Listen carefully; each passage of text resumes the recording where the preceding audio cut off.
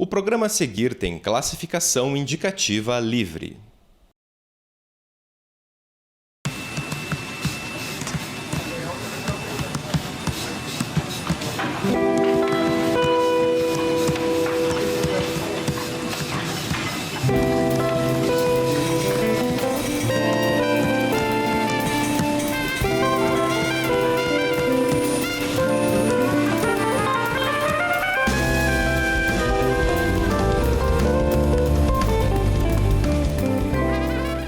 Olá, está começando mais um Sobre a Mídia, o programa que debate o jornalismo e a comunicação no Paraná e no Brasil.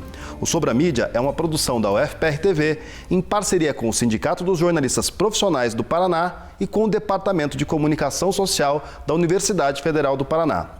Eu sou Mário Message Júnior, jornalista e professor da UFPR, e trago aqui na UFPR-TV e agora também pelas ondas da Rádio Universitária 94.5, toda semana, um tema sobre comunicação e sobre jornalismo para a gente discutir com os nossos convidados e comentaristas. O tema de hoje é a liberdade do jornalista, a liberdade profissional para exercer o jornalismo.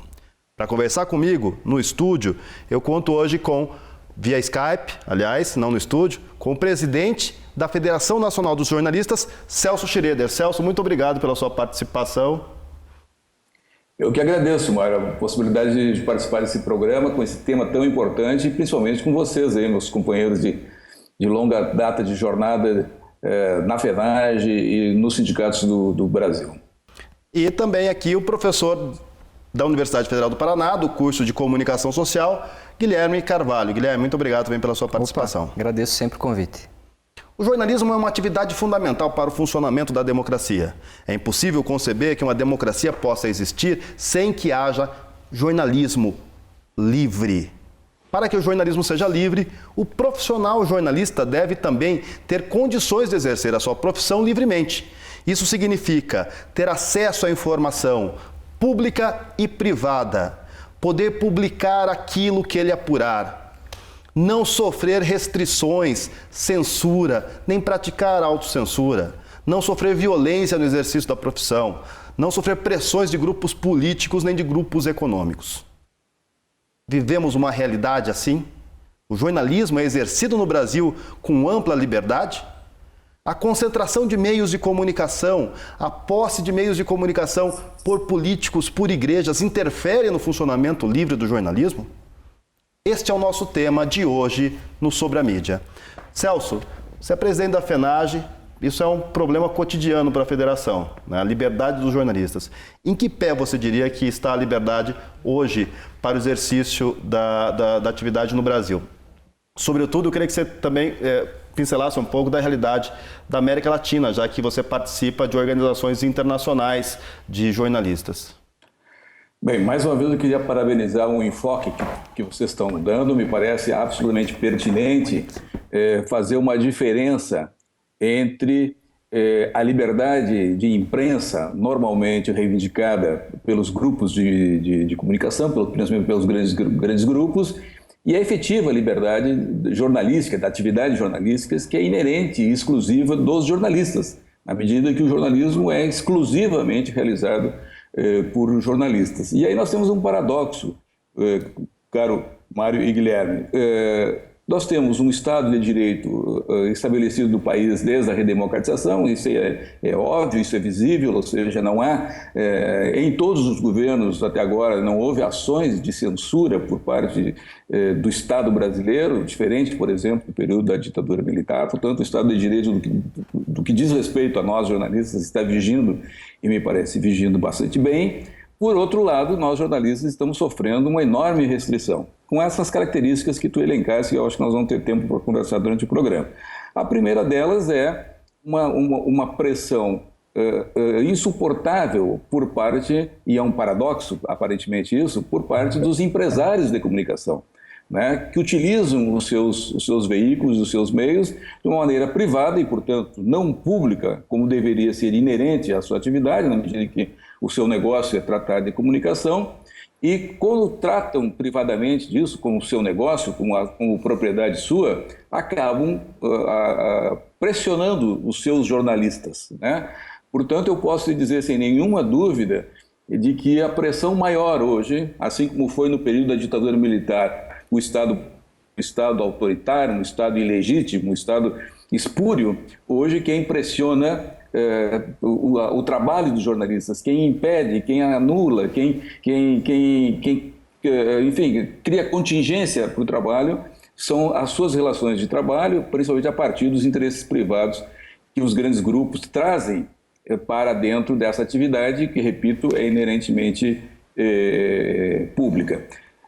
Ao lado disso, é claro, tem pressões de outra natureza. Por exemplo, nós temos os relatórios da FENAGE que apresentam um crescimento de violência contra os jornalistas e essa violência, ela é inerente, ela é principalmente oriunda do setor político. Isso é diferente, por exemplo, de outros países, quando jornalistas que trabalham na área de polícia ou na área de cobertura de área de tensão ou de risco, enfim, são os jornalistas mais atingidos pela violência do cotidiano, do trabalho, do cotidiano do jornalismo. Aqui no Brasil, os jornalistas que sofrem são jornalistas que trabalham na área de política. Isso é importante para que nós observemos da onde aparecem as pressões sobre os jornalistas. Portanto, temos aí dois locais importantes de pressão sobre o trabalho do jornalista. E tem um outro trabalho que eu vou também levantar aqui, depois nós podemos conversar, e o Guilherme certamente tem muito o que dizer, também como ex-presidente do Sindicato dos Jornalistas do Paraná, são as condições concretas econômicas, né? Ou seja, que limitam, que inibem, que aprisionam os jornalistas num espaço, numa condição de trabalho imprópria, inibidora, e, portanto, também constroem restrições à liberdade de imprensa. Então, diferente dos outros, vamos dizer, do discurso meio que constituído, a liberdade dos jornalistas brasileiros estão contingenciadas, como eu disse, por motivações que não são exatamente a censura clássica, aquela que nós conhecíamos do Estado autoritário, por exemplo, na ditadura brasileira. Mas a gente pode dizer que, de alguma forma, esses mecanismos de controle, alguns que podem chegar até a ser mesmo censórios, de impedir a publicação de um conteúdo específico, que ele migrou da mão dos agentes do Estado hoje para os próprios donos dos veículos como praticantes desse tipo de ação? Acho que sim, e são muito parecidos, né? Pressões, seleção de ameaças, seleção de jornalistas, o esvaziamento das redações de jornalistas críticos, a pressão da demissão contínua, né? Temos tido aí demissão em massa nesses últimos tempos, sob o argumento de uma crise que existe efetiva no Brasil, mas não tem a dimensão, e muito menos nas empresas de comunicação, que têm as suas rentabilidades. É só olhar a lucratividade que essas empresas têm, a gente perceber que não é bem verdade o argumento das demissões. Então, demissão, pressão, são muito parecidas as ferramentas com as ferramentas da ditadura. É claro que a ditadura tinha, vamos dizer, ferramentas maiores, né? mais efetivas, né? A prisão, a tortura. Mais violentas, inclusive. Inclusive a morte de jornalistas, o assassinato de jornalistas. Mas nós também estamos tendo agressões, né? Por parte de efetivos policiais, por exemplo. Em São Paulo, é notória a violência da polícia paulista, né? É claro que a polícia militar do Paraná também é violenta, no Rio Grande do Sul, mas em São Paulo ela tem uma dimensão muito grande. Mas isto vamos dizer assim, é o resquício de um tipo de relação estabelecida com os profissionais que desta vez não é estabelecida a partir do Estado brasileiro. É a partir, principalmente, das relações de trabalho e de emprego estabelecidas por empresários que não protegem os jornalistas, seus empregados, quando sofrem pressões econômicas ou políticas, efetivamente, não protegem na medida que deveriam, né? Isso é uma obrigação de qualquer empregador, e mais do que isso, criam um enfraquecimento, construíram junto com outros setores um enfraquecimento da atividade jornalística, na medida em que, sem possibilidade de produzir um jornalismo de qualidade, os jornalistas estão, e aí também é uma responsabilidade nossa, é uma responsabilidade da categoria da qual nós temos que dar conta disso, acabamos produzindo um jornalismo cada vez mais desnecessário socialmente, né? Ao contrário da tua afirmação, ao contrário não, ou seja, desconstituindo, né, essa base que tu afirmas com muita propriedade, que o jornalismo tem uma função estritamente social e necessária para a estruturação de uma democracia. O jornalismo desqualificado, o jornalismo tímido, o jornalismo com interesses privados, o jornalismo que atende os interesses das empresas, das próprias empresas de comunicação, que não são só de comunicação, porque elas têm negócio em toda a área da economia, mas que sofrem essas pessoas. O jornalismo fica tímido, o jornalismo fica como que desnecessário, como a sua função social esvaziada ou diminuída, e isso coloca os jornalistas não mais como agentes públicos relevantes como era há algum tempo atrás. Isso, infelizmente, Mário Guilherme, não é só no Brasil, né? Ou seja, se vocês pegarem a violência crescente no mundo, nós vamos ver que aquela credencial de jornalista, que durante muitos anos, mesmo em situações de guerra, mesmo em situações muito extremas, era uma proteção para os trabalhadores, hoje se tornou um alvo, né? Se vocês pegarem o número de mortos agora em Gaza, na Ucrânia, é impressionante. E temos visto que, junto com outros profissionais, por exemplo, da Cruz Vermelha, essas insígnias, no caso do jornalismo, a insígnia de imprensa, no caso da Cruz Vermelha, a Cruz Vermelha, né, o signo da Cruz Vermelha, passaram a ser alvos e não mais proteções contra eles. Proteções, né? Então isso também significa que nós temos que buscar junto à opinião pública um apoio que parece que esvaziou-se a partir de um jornalismo que cada vez mais se mostrou insuficiente, não qualificado, relevante, né? Principalmente a partir desses interesses privados que começaram a permear a atividade jornalística. Guilherme, no Paraná, né, como a gente tem alguns episódios, mas também já temos dados que apontem para o problema da violência contra o profissional? Eu acho que esse temos alguns episódios, né, como o do Mauri, do James. Sim.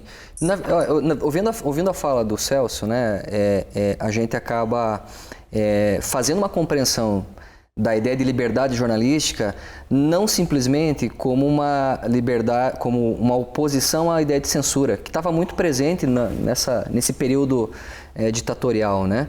Mas liberdade jornalística como oposto à violência, nesse sentido, ou violência oposto à liberdade jornalística. Violência, e aí violência, não estou falando da violência física necessariamente, mas o que o Pierre Bourdieu, por exemplo, chama de uma violência simbólica, né? No sentido de que, bom, a demissão de um jornalista... Uma violência editorial. Também, porque você, quer dizer, submete à redação, né, de um determinado jornal a determinados interesses particulares. Mas quando você demite um jornalista como o Mauri Koenig, por exemplo, da Gazeta do Povo, um baita jornalista, né, que tem uma proposta de reportagem mais crítica sobre problemas da sociedade, quando você vê um jornal que não protege o seu jornalista, como disse o Celso também, né, em ocasiões em que um repórter faz uma reportagem que interfere nos interesses de determinados políticos ou de determinados empresários, e que não deixa de ser uma violência com o próprio público que vai ter acesso a esse conteúdo, mas é um conteúdo que muitas vezes ou não é repassado, né, ou é publicado com determinados critérios que não são necessariamente os critérios do interesse público, né? Então a violência nesse sentido ela muitas vezes não está aparente, ela não é evidente para nós. É aí que a gente precisa discutir o que nós entendemos como liberdade jornalística, né? Não é só a censura, não é só você reter um conteúdo numa reportagem, mas é quando o jornalista sofre um assédio dentro da própria redação, ou estou falando de assédio moral, né, dentro da redação, quando ele é agredido fisicamente, quando ele sofre um processo judicial, quando há pressões de grupos econômicos sobre o dono do jornal para que determinadas reportagens não sejam publicadas ou sejam publicadas com uma outra proposta, né? Uma outra pegada, né? Enfim, acho que tudo isso, no final das contas, é o que atenta contra a liberdade jornalística. Os próprios meios fazem uma defesa bastante aguerrida. Em alguns momentos a gente até, os jornalistas profissionais e os donos dos veículos, as entidades que representam os veículos acabam tendo alguma convergência. Mas a gente tem que distinguir muito claramente o que é a liberdade de imprensa e a liberdade do profissional. Concordam? Claro. Tá. Então, estão me dizendo aqui que eu estou no meu limite de tempo, a gente volta falando sobre isso, sobre a distinção entre liberdade de imprensa e liberdade do profissional jornalista, e também para falar um pouquinho sobre a situação latino-americana, tá bom? O Sobre a Mídia está chegando ao final do seu primeiro bloco. Nós voltamos daqui a pouquinho, conversando sobre liberdade jornalística.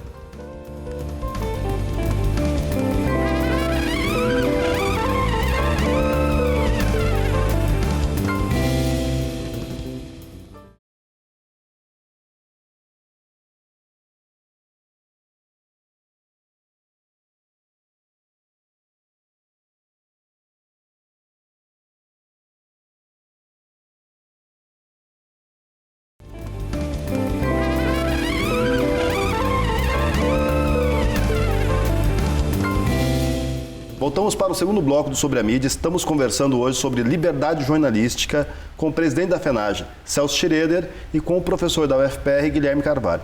A gente estava falando sobre... as empresas defendem também a liberdade. É essa que a gente está dizendo que submetem o jornalismo a interesses particulares. Que tipo de liberdade elas defendem? Qual a distinção entre o que elas defendem como liberdade, a liberdade de imprensa, e a liberdade que é fundamental para o exercício profissional do jornalismo, para que o jornalista consiga cumprir o seu papel profissional previsto no nosso Código de Ética? Celso, queria que você começasse. Eu acho que a primeira questão que nós temos que fazer é essa diferença de que não foi uma invenção nossa, dos jornalistas, ou nem mesmo dos meios de imprensa do Brasil, mas é uma apropriação do termo liberdade de imprensa e do termo liberdade de expressão, primeiro a partir de um conceito de direito humano que atribuiu o direito à liberdade de expressão exclusivamente às empresas, ou seja, aquele que é dono de uma empresa de comunicação parece que ele tem por tabela a propriedade das vozes de quem compõe aquele jornal, aquela televisão, ou aquele rádio, né? Isso me parece um equívoco intencional, obviamente corresponde a uma ideologia de quem fala é o capital, né? São os donos das empresas que têm a prerrogativa da liberdade de expressão a partir dessa apropriação do conceito de liberdade, do direito à liberdade de expressão oriundo das cartas, né, de direitos humanos que nós conhecemos. Isto é uma coisa a ser enfrentada ideologicamente, ou seja, precisamos disputar com isso do ponto de vista, vamos dizer, conceitual internacional. Nós estamos fazendo isso, ou seja, a FIGE intervém junto às organizações de direitos humanos reivindicando esse direito humano aos jornalistas, porque são eles, afinal de contas, que produzem produzem jornalismo. A segunda questão é uma apropriação direta aí sobre a liberdade de imprensa mesmo, né? Ou seja, a liberdade de imprensa, do meu ponto de vista, ela é um direito, mais do que um direito, ela é um dever, desculpe, ela é um dever, ou seja, para que nós tenhamos o direito da liberdade de expressão, nós precisamos garantir a liberdade de imprensa. Para quem? Para o público, né? O público precisa que os fatos sejam relatados na sua plenitude, ou pelo menos na sua maior plenitude possível. Por isso a ideia das fontes, é um dever. Né? Das fontes múltiplas, das fontes mais do que... Né? Essa ideia também do Brasil é muito comum, isso, um jornalismo bipolar, né? Ou seja, como se fosse ponto e contraponto, desse conta das versões dos fenômenos. Mas mesmo isso está desaparecendo, infelizmente, dos nossos jornais. Então, a partir de uma visão da CIP, né, da Sociedade Interamericana de Imprensa, liberdade de expressão e liberdade de imprensa passa a ser da propriedade dos veículos e qualquer tentativa, seja da sociedade, seja dos jornalistas, de reivindicar parte dessa liberdade, ela é tida como censura, né? Ou seja, é uma manipulação absurda e absoluta do conceito de liberdade de expressão e liberdade de imprensa, e uma confusão que só é possível pela voz monocórdica das empresas que fazem esse debate, ou seja, aos jornalistas e à sociedade é dado nenhum espaço para que possamos fazer esse debate, por exemplo, que nós estamos fazendo aqui, em qualquer outro lugar que não fosse um espaço público, que não fosse um lugar de conhecimento, um lugar que se propusesse a isso. Então, enquanto nós não conseguirmos fazer isso, a liberdade é uma ficção, a liberdade de imprensa na verdade, é uma grande falácia construída para justificar o cada vez maior monopólio da fala por parte das empresas e pela construção unilateral da consciência, da cultura e da vida política de um país. Guilherme, no cotidiano de um jornalista, o que significa liberdade? O que ele tem que ter garantido para poder dizer que cotidianamente ele pratica o jornalismo de forma livre? É difícil a gente, né, conseguir visualizar um cenário em que o jornalista tenha total liberdade. Talvez a gente conversando com alguns jornalistas de algumas redações, como eu tive a oportunidade na época que fui presidente do sindicato, a gente observe pessoas que digam, não, mas eu sou totalmente livre, eu escrevo o que eu quero, eu falo o que eu quero e nunca sofri nenhum tipo de censura, né? Mas são às vezes maneiras de se propor um trabalho ou de se estabelecer uma linha editorial de um veículo que determina de que maneira as pessoas vão pensar. A gente fez aqui uma entrevista um tempo atrás com a Sandra Gonçalves, por exemplo, que na época era chefe de redação lá da Gazeta do Povo, que apontava que a Gazeta do Povo tem uma linha editorial, né? E a linha editorial é uma linha liberal, né? A proposta da Gazeta é uma linha liberal. Nesse sentido, ela é uma linha editorial que tem uma certa ideologia e que se impõe sobre a maneira como os jornalistas vão trabalhar. Dentro dessa perspectiva, se você se encaixa ideologicamente nessa proposta, obviamente que vai parecer que não existe censura ou que não existe nenhum tipo de restrição ao trabalho do jornalista. Claro, mas então, sinergia ideológica.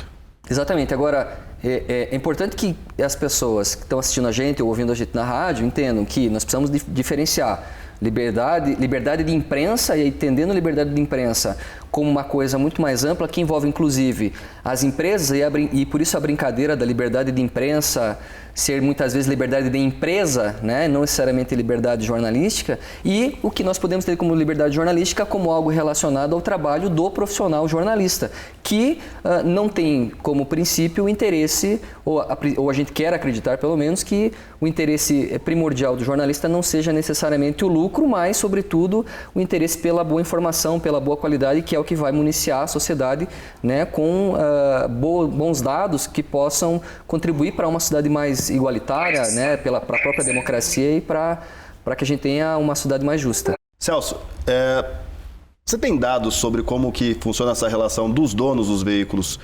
com os seus jornalistas na América Latina e como que é a relação, se essa relação violenta, censória, não diria censória, mas uma relação truculenta, um pouco autoritária do campo político com os profissionais se repete na América Latina. Você tem dados sobre isso? Sim, nós temos indicadores que são de igual para pior, né? Ou seja, se nós pegarmos o México, Colômbia, a própria Argentina, né, com o grande monopólio do Clarín, o México, o Peru, que agora é quase monopólio 100% de uma única empresa que tem todos os veículos, né? Ou seja, televisão, rádio, jornal impresso e inclusive a internet passa a ser dessa mesma empresa. Ou seja, é uma concentração absurda do ponto de vista da democracia, do ponto de vista da possibilidade de pluralidade de opinião, mas também é uma imposição absurda de condições de trabalho para os jornalistas, né? Celso, deixa eu fazer uma pergunta. E Cuba e Venezuela, como é que você vê nessa situação? Como? Cuba e Venezuela, como é que você observa essa situação? Olha, a produção jornalística na Venezuela, ela meio que acompanhou uma polarização que a política venezuelana acabou se impondo pelas características lá da Venezuela, que foi, a partir de um grupo do exército, principalmente, com características democráticas e de esquerda, né, da qual o Chávez era o grande líder, posicionou-se na sociedade e acabou assumindo o poder, primeiro numa tentativa de golpe, depois numa eleição e depois eleição, quando tentaram derrubá-lo, ele polariza um grupo importante do exército venezuelano, que, diferente dos outros exércitos da América Latina, tinha uma contingência grande de esquerda, né, ou seja, era um exército popular, no sentido de oriundo das Forças Armadas, oriundas de camadas mais populares da sociedade, mas com um problema que o Chávez sempre teve, que era de não ter base popular. Ele nunca teve partidos políticos fortes. E, portanto, ele teve que construir uma hegemonia a partir da relação direta com o exército, a partir de grupos, né, que foram se constituindo ao longo do tempo, é claro, foram se constituindo ao seu redor, e para enfrentar uma imprensa que era absolutamente golpista, né, ou seja, a imprensa venezuelana é corrupta até a medula, né, junto com uma classe dominante venezuelana muito corrupta, o Chávez viu-se na contingência de produzir uma imprensa de sinal contrário, digamos assim, né? Ou seja, uma imprensa que o apoiasse com rádios comunitárias e etc, etc. Isso é compreensível na política, enfim, era o que ele podia fazer, mas isso produziu danos bastante sérios na sociedade venezuelana, né? Eu acho que, diferente, por exemplo, do Brasil, diferente da Argentina, não constituiu-se na Venezuela uma esfera pública forte o suficiente para garantir uma imprensa, por exemplo, mais plural, mais possibilidade de trazer o contraditório nas suas afirmações. Então, Cuba, a Venezuela tem essas características e a crise só piorou isso, né? Ou seja, não melhorou. Cuba faz uma escolha desde sempre, desde a Revolução, uma escolha de um tipo de imprensa, que é uma imprensa de Estado, compreensivelmente também em relação ao cerco e ao boicote produzido pelos Estados Unidos e pela economia mundial contra Cuba e tal, mas produz, do meu ponto de vista, e a FENAGE tem se colocado assim, muito criticamente as opções que Cuba se propôs do ponto de vista da informação. Ou seja, Cuba, mesmo com a abertura econômica que ela faz agora, etc., etc., ela não faz isso na mesma velocidade com a sua imprensa. E isso eu acho ruim, porque, claro, que isso tem repercussão também dentro da democracia e dentro da sociedade cubana. Mas, ou seja, está polarizada nesses dois países, está polarizado. No resto da América Latina não está polarizado, está completamente tomada por uma só voz, né? Que é, por exemplo, uma voz do capital, uma voz liberal, né? E isto produz como tentativa de sair disso dois movimentos. Um movimento que é um movimento de produzir uma imprensa contrária, né? Que foi o que aconteceu na Venezuela, e que é uma saída que, do meu ponto de vista, a longo prazo é muito ruim, porque acaba produzindo essa cisão social e a ruptura de uma possibilidade de esfera pública, ou a tentativa de democratizar a comunicação, ou seja, de atribuir a todos os veículos de comunicação uma dimensão pública que, porventura, eles não têm. Que me parece que é a saída que o Brasil tomou, e me parece bastante acertada. O movimento social brasileiro compreendeu isso e produziu debates muito interessantes. A Confecom, por exemplo, a FENAGE está pedindo uma segunda Confecom agora para a gente estabelecer os marcos regulatórios que democratizassem finalmente as questões do Brasil. Mas sobre a América Latina, infelizmente, estão piores que o Brasil. Às vezes se coloca a Argentina como um passo à frente, porque fez a lei dos meios lá. Eu acho que sim, sobre esse ponto, esse aspecto sim, ou seja, as leis dos meios, o resultado da vontade política de uma dirigente nacional, mas me parece que o debate lá ainda é insuficiente, a polarização ainda é muito grande, e também na Argentina a concentração é enorme, com o Clarim, enfim, produzindo uma hegemonia absolutamente insuportável.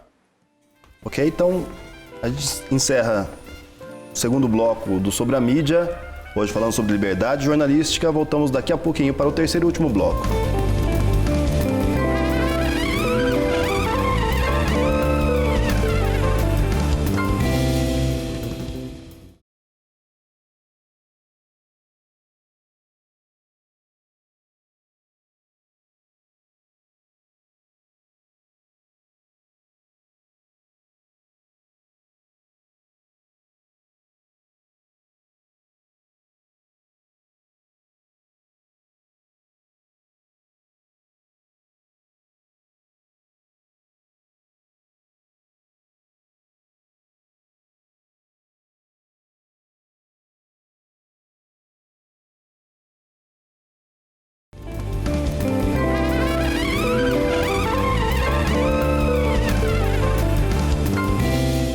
Voltamos para o terceiro e último bloco desse Sobre a Mídia. Hoje estamos falando sobre liberdade jornalística com o presidente da FENAGE, Federação Nacional dos Jornalistas, Celso Schroeder, e com o professor da UFPR, Guilherme Carvalho. Outro aspecto que é importante para que o jornalista consiga exercer o seu trabalho é que ele tenha acesso à informação, né? Sobretudo a informação pública, mas também a informação privada. A gente tem escândalos como o da Arrow, escândalos econômicos nos Estados Unidos que foram derivados, construídos porque havia acesso também à informação privada, porque também é relevante para o cidadão. Celso, você diria que hoje no Brasil, como que está o acesso à informação, acesso às casas legislativas, né? Como que é o grau de liberdade que o jornalista tem para poder obter a matéria-prima para fazer conteúdo jornalístico? Eu acho que estão bastante bons. Tá? Então, inclusive, me parece que os dispositivos de transparência são melhores do que o jornalismo resultante. Eu acho que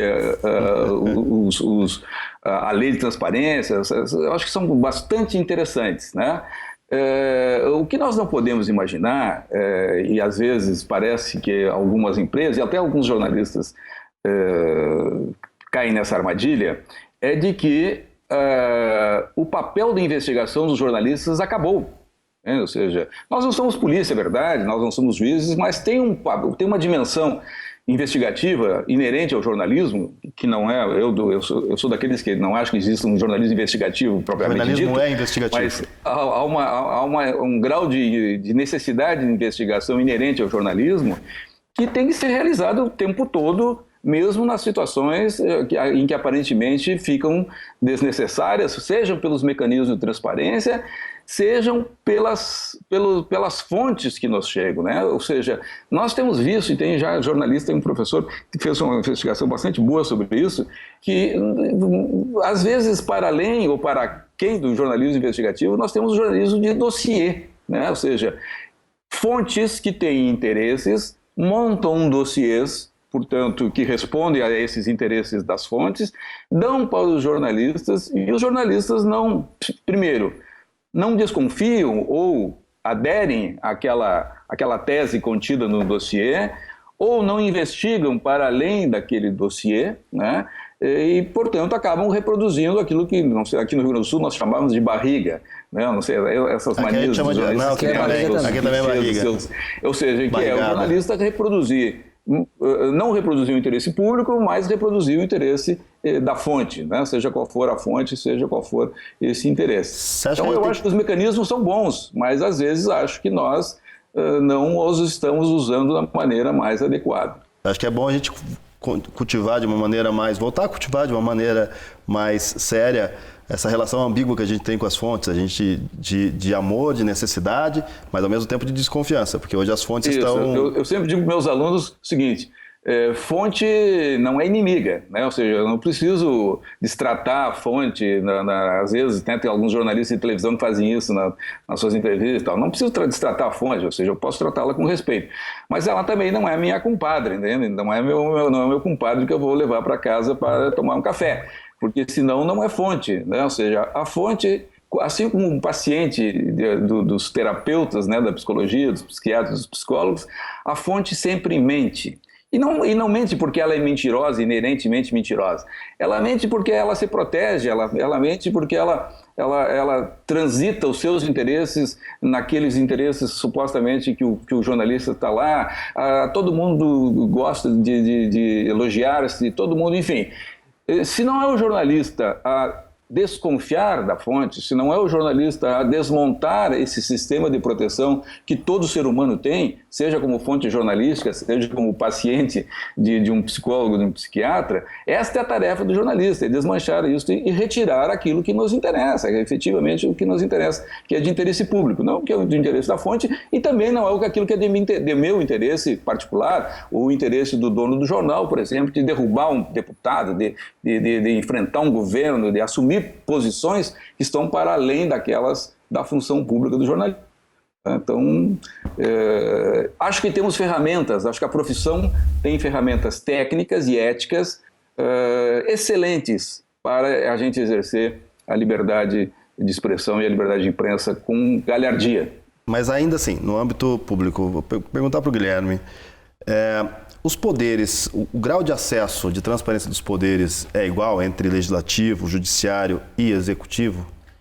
Olha, eu tenho a impressão, e tendo a concordar com o Celso, que a gente talvez nunca tenha tido tanto acesso à informação, né? Nós jornalistas nunca tivemos tanto acesso à informação como agora. No sentido de que nós temos lá portais da transparência, nós temos acesso a licitações, nós temos a própria lei do acesso que regulamentou, né, como os órgãos públicos devem dispor os conteúdos, sobretudo aqueles que são dirigidos a questões financeiras, sim, contratações de pessoal e tal, mas também por conta da internet, né? Quer dizer, o ambiente digital nos possibilita o acesso a muita informação, que é uma coisa que os jornalistas, né, só aqueles que eram mais antigos... No mundo analógico, isso seria tecnicamente muito mais difícil. Claro, a não ser que você tenha, né, como está ficando cada vez mais raro, aqueles jornalistas, né, os elefantes, né, aqueles que tinham grande memória, né, os jornalistas que conseguiam resgatar muita coisa... O orçamento público não ia caber nem na memória do elefante. Também. Mas, o que eu quero dizer é, nós nunca tivemos tanto acesso à informação, mas o grande paradoxo na história é, nós temos muita informação, mas não temos tanta condição de apurar tanta informação. Por quê? Né? E aí, complementando o que o Celso coloca aqui para nós.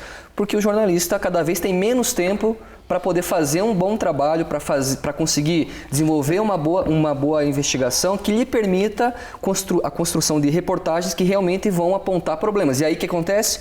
Nós acabamos tendo que aderir a dossiês, a releases, a conteúdos que vêm já pré-editados para nós e que são mais fáceis de serem trabalhados, até porque no dia o jornalista...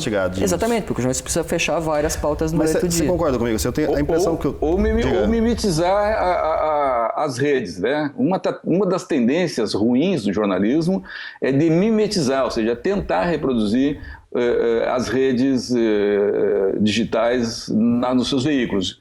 Isso significa, as redes, e eu concordo com o Guilherme, elas estão cheias, né? Estão transbordando de dados. Eu nem chamaria de informação, eu chamaria de dados, né? E esses dados precisam ser mediados, precisam ser transformados, conectados, construir um nexo para eles. E uma das funções do jornalista, me parece que seria fazer essa. Agora, quando eu não desconfio desses dados, ou seja, quando eu trago esses dados como verdade, ou não trato eles como um elemento, um dado básico, né, bruto, inicial, da qual eu vou investigar e tirar os dados, eu acabo também, assim como eu acabo reproduzindo interesses das fontes analógicas, eu acabo reproduzindo essas fontes digitais, que muitas vezes são, e nós já vimos aí, N barrigadas, né? N barrigadas, ou seja, de coisas que pareciam ser verdade e que na verdade não eram verdade, tinham sido produzidas por alguém. E como passaram pelas redes, foram meio que ungidas com a condição da verdade, o que não é, como eu digo, sem ser redundante e sendo redundante, o que não é verdade, né? Ou seja, pode ser tem um outro fenômeno aí, né? Interesse particular. Tem um outro fenômeno, a perenidade da mentira, né? Às vezes a informação é pega, quando você descobre que a informação é falsa, mas ela perdura por muito tempo em circulando pela rede, como se verdade fosse. Tem uma dificuldade hoje de desmontar notícias falsas muito grande. E a gente não consegue desmontá-las mais, né? Ou seja, assim como as verdades que não eram verdades, que surgiam na imprensa, e por isso que nós precisávamos de uma lei de imprensa que possibilitasse a sociedade a se defender contra os nossos erros e contra as nossas futilidades e as nossas, enfim, inconsequências que nós fizemos, nós precisávamos também, em relação as redes e as informações, filtros que sejam que criem uma desconfiança disso, né? Ou seja, enquanto num jornal o tempo me permitia que eu fizesse a checagem, etc. e tal, o rádio já era mais difícil e assim mesmo, né? Ou seja, o tempo é um tempo humano ainda, as redes o tempo é inumano. Ou seja, o tempo é um tempo que é impossível ao ser humano dar conta deste tempo. É um tempo numa velocidade próxima à velocidade da luz, né? E isso produz, é claro, que uma quantidade de dados que circulam que nunca mais nós conseguiremos enfrentá-lo, né? Ou seja, conseguiremos desdizer, conseguiremos desmentir, conseguiremos reparar os danos que porventura que nós causemos nas pessoas a partir disso. Por isso que o jornalismo, independente da plataforma em que ele tiver, né, se ele é feito em papel, se ele é feito no jornal, na rádio, na televisão ou na internet, ele precisa estar submetido, primeiro, a um tempo humano, né, de fazer, de checar, de buscar, de investigar, a regras de convivência, né? Eu não posso, em nome da velocidade ou em nome da quantidade de dados, me permitir jogar na rede dados não checados, dados falsos, dados de interesse privado em vez de lugar de interesse público, etc, etc, etc. Ou seja, me parece que nós precisamos humanizar as redes urgentemente. A gente está no limite do nosso tempo, mas eu queria falar um pouquinho sobre a pesquisa que está sendo desenvolvida pela Federal do Paraná, em parceria com a FENAGE, também em parceria com a Comissão Nacional de Ética e com outros sindicatos, sobre a liberdade jornalística, sobre a percepção que os jornalistas têm da sua própria liberdade. Qual a relevância de uma pesquisa nacional com essa temática para os próprios jornalistas, para a própria liberdade jornalística, Guilherme? A gente atingiu agora, nos últimos dias, aí, mil respostas, né? Nós precisamos ainda atingir um outro número para poder garantir uma validade científica até para os próprios dados.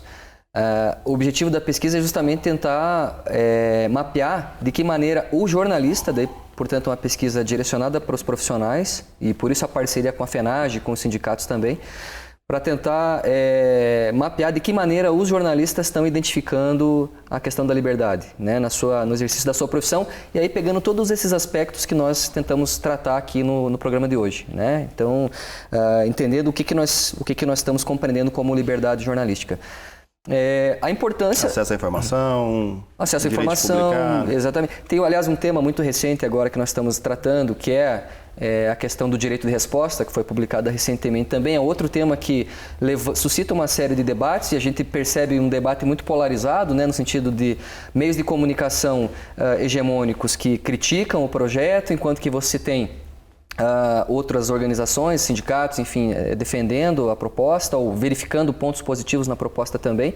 Enfim, debates que são interessantes para nós, não só para nós, mas que também são importantes para a sociedade. Então, o verdadeiro sentido da pesquisa não é só fazer com que o jornalista consiga identificar a liberdade do seu exercício profissional, mas em que medida essa liberdade ou o grau da sua liberdade é exercido e o direito do cidadão à informação é garantido nesse sentido, né? Então, não é uma pesquisa que interessa só aos jornalistas, é uma pesquisa que interessa também à sociedade, que eu acho que é fundamental que a gente tenha dados, elementos para poder sustentar, olha, né, o que os jornalistas estão apontando, e por isso é importante a gente fazer essa diferenciação entre liberdade de imprensa e liberdade jornalística, mas tentar entender de que maneira os jornalistas estão compreendendo as possibilidades do exercício da sua profissão. Você acha, Celso, que a gente pode tirar alguma repercussão, alguma consequência prática que melhore a liberdade jornalística a partir de um diagnóstico nacional como esse? Que a gente pode, a partir de uma compreensão acadêmica, científica, de um problema, a gente poder também realizar ações que efetivem mais a liberdade do jornalista? Sem dúvida. Eu sou como vocês, professor, e não poderia de confiar e acreditar e apostar no conhecimento como o local da elaboração de ações construtivas, né? Seja sobre qual for o assunto. Nós estamos falando do jornalismo, nós estamos falando da atividade jornalística, eu não tenho dúvida nenhuma. Nós temos uma experiência concreta sobre isso, que foi a FENAGE fazer um acordo com a Universidade Federal de Santa Catarina, onde saiu uma outra pesquisa que tratava do perfil dos jornalistas e que para nós foi fundamental, foi importantíssimo. A partir dessa pesquisa nós construímos várias ações e vamos construir várias ações ao longo dos próximos anos. Então eu não tenho dúvida nenhuma que essa pesquisa preparada e com o apoio da federação, mas preparada por vocês, preparada por professores da universidade, com suporte dos sindicatos, dos jornalistas trabalhadores, nós vamos elaborar um diagnóstico e, portanto, com 5 a partir desse bolsistas trabalhando no projeto.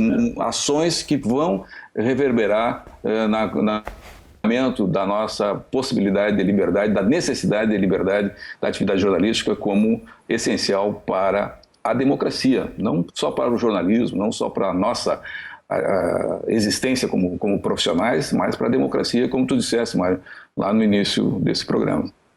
A gente está com o tempo estourado, vou pedir só para o Guilherme fazer nas considerações finais. Rapidamente, Guilherme, que estamos no limite dos 15 minutos. Só para lembrar, quem quiser saber mais sobre a pesquisa, tem um site, é comunicação e democracia, sem cedilha e sem acento, .jor.br.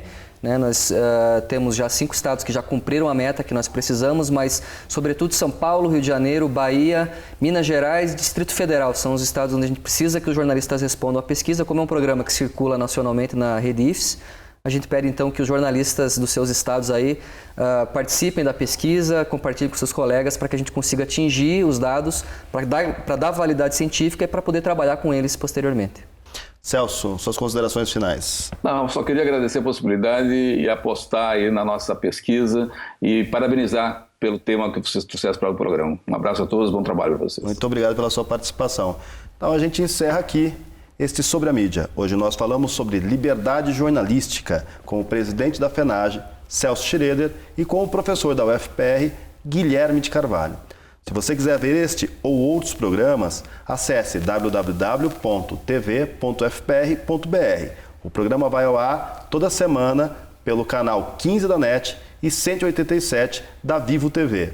Também estamos no ar nas ondas da 94.5 da Rádio Universitária da Universidade Federal do Paraná.